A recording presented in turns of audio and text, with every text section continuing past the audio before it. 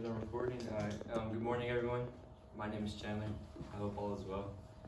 In today's speech, I would like to talk about financial literacy. With a show of hands, how many of you have been taught anything about money from school? All right. What about from your parents?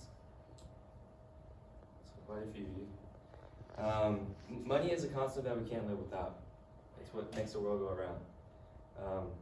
A lot of us lack the understanding of money and how to properly use money in financial situations.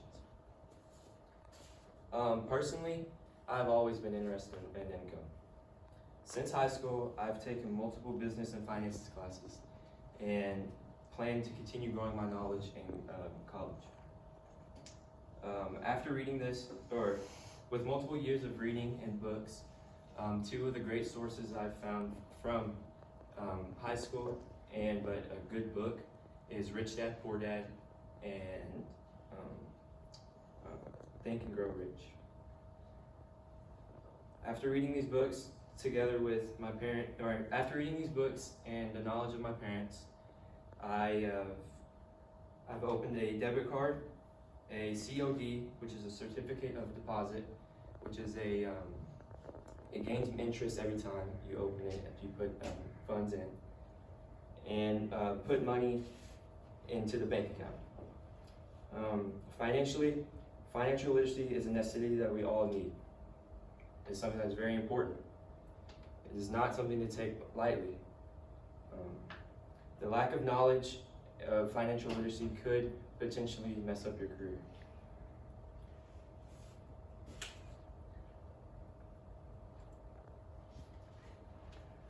According to the Guide to Financial Literacy, the growing percentages of Americans' household financial debt has increased over the years.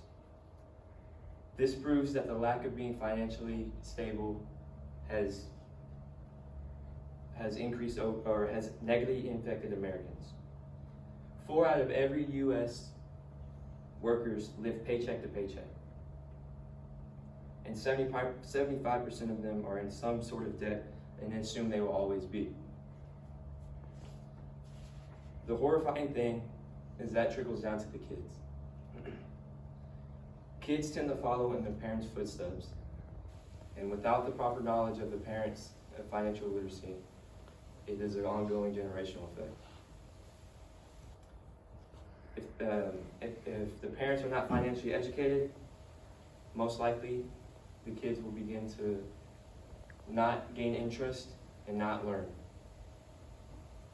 According to the table from the Federal Reserve, it shows the average credit card debt of the U.S. families. That is over the years, that's over from 2004 or 2003 to 2020. As you can see, the numbers fluctuate, but there's always ongoing total debt.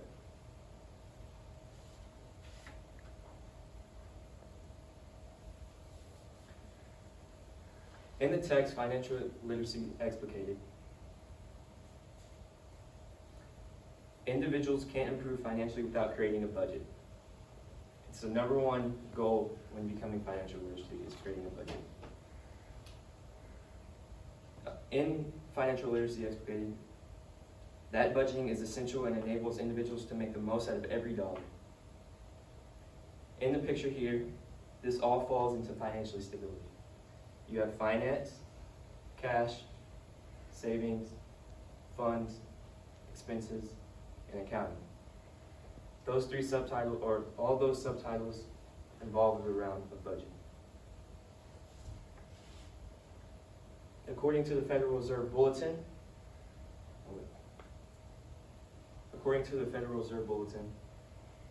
unfortunately, financial literacy is not taught in schools. Throughout schools, we have many classes that are standard and required, like math, English, science. But we do not have business classes or financial literacy classes as a primary thing students should know.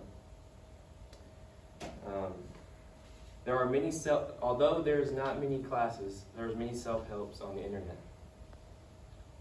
More than ever, we can access a lot of resources from the internet, including apps, books, games, video games, the list goes on and on.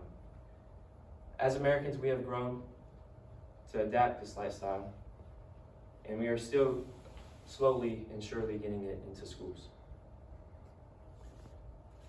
One personal investment app I like to use is Acorns.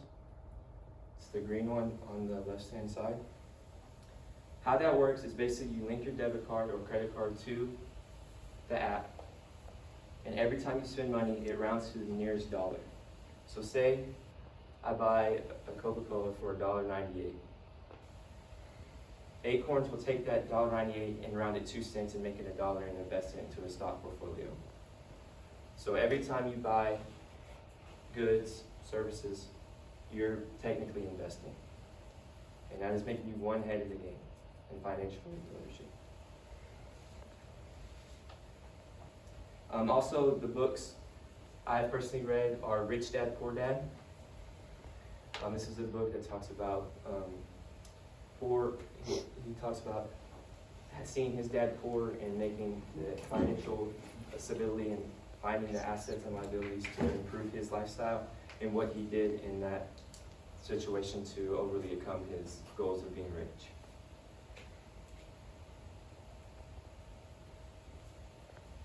In conclusion, finance is what makes the current world we live in. Although many of us lack knowledge, we can still learn and gain the skills to become better at managing our money and making it work for us. It is not just a one-time thing.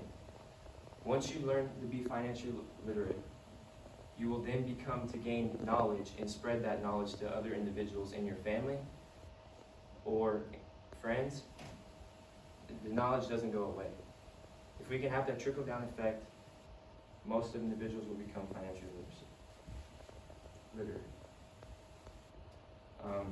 We have all the advantages at our fingertips, we just have to use them.